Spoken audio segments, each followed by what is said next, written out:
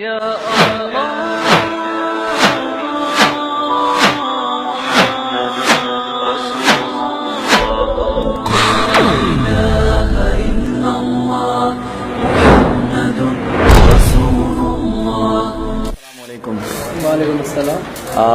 Today I want to discuss with you 2 points, basically 2 barriers, جو دو ہمارے لیے barriers ہیں what stops us from being a true Muslim. کہ دو ایسے barriers ہیں کہ جو ہمیں روکتی ہیں اس بات سے کہ ہم اپنے faith کو living faith بنائیں. اپنے faith کو ویسے تو ہم believe کرتے ہیں, ہم claim کرتے ہیں کہ ہم believe کرتے ہیں, لیکن دو ایسے barriers ہیں جو اس بات سے ہمیں روکتے ہیں کہ ہم اپنی جو belief ہے جو ہمارے دل میں ہے اس کو ہم practically apply کریں. Number 1 is not having knowledge and second is not acting upon the knowledge when we have it.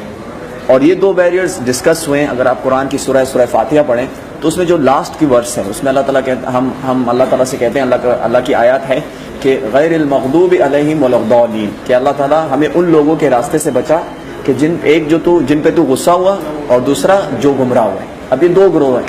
نبی صلی اللہ علیہ وسلم سے جب اس کے بارے میں پوچھا گیا کہ یہ لوگ کون ہیں, جن پہ اللہ غصہ ہوا وہ کون ہے اور جو گمراہ ہوئے وہ کون ہے, تو نبی صلی اللہ علیہ وسلم نے کہا کہ جن پہ اللہ غصہ ہے they are the Jews and those who went astray are the Christians.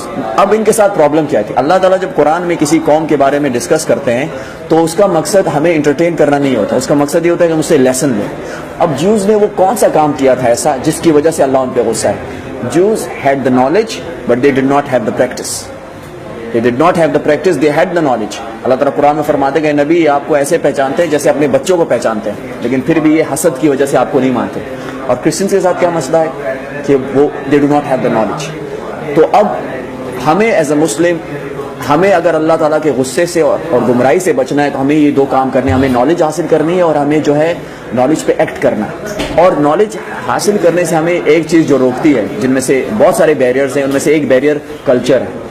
مثال کے طور پر اگر میں آپ سے کچھ بتاؤں کہ یار اسلام میں یہ چیز اس طرح ہے تو آپ مجھ سے کہو گے کہ یار ہماری فیملی میں تو اس طرح ہوتا ہے, ہمارے کلچر میں ہمارے سوسائٹی میں اس طرح ہوتا ہے. اور اللہ تعالیٰ قرآن میں سورہ مائدہ میں آیت نمبر 104 میں فرماتے ہیں کہ نبی صلی اللہ علیہ وسلم جب آپ ان لوگوں کو قرآن کی طرف بلاتے ہو اور اپنی سنت کی طرف بلاتے ہو تو یہ کیا کہتے ہیں, یہ کہتے ہیں ہم نے اپنے باپوں کو اور اپنے آبا و اجداد کو جو ہے ایک طریقے پہ پایا ہے, ہم اسی کو فالو کریں گے.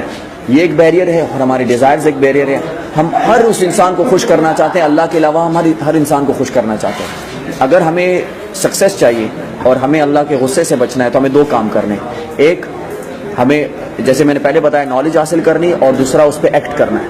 اور اللہ تعالیٰ کو راضی کرنے کے لیے اگر نبی صلی اللہ علیہ وسلم فرماتے ہیں اگر تم اللہ کو ناراض کر کے دوسروں کو خوش کرنے کی کوشش کرو, اگر کوئی انسان اللہ کو ناراض کر کے دوسروں کو خوش کرنے کی کوشش کرے تو اللہ تعالیٰ بھی اس سے ناراض ہوتے ہیں اور اللہ تعالیٰ دوسروں کو بھی اس سے ناراض کرتے ہیں, کیونکہ دل تو اللہ کے کنٹرول میں. اللہ کیا کرتے ہیں, اللہ بھی ناراض ہو جاتے ہیں اور دوسروں کو بھی اس سے ناراض کر دیتے ہیں.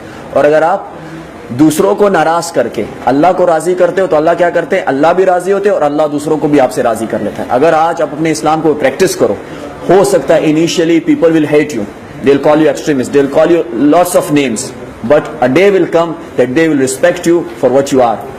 So don't try to please people, and we should only please Allah subhanahu wa ta'ala, and may Allah protect us from his anger, and may Allah shower his mercy on us. Jazakallah khair. Thank you so much. Assalamu alaikum wa rahmatullah. لا إله إلا الله محمد رسول الله لا إله إلا الله محمد رسول الله لا إله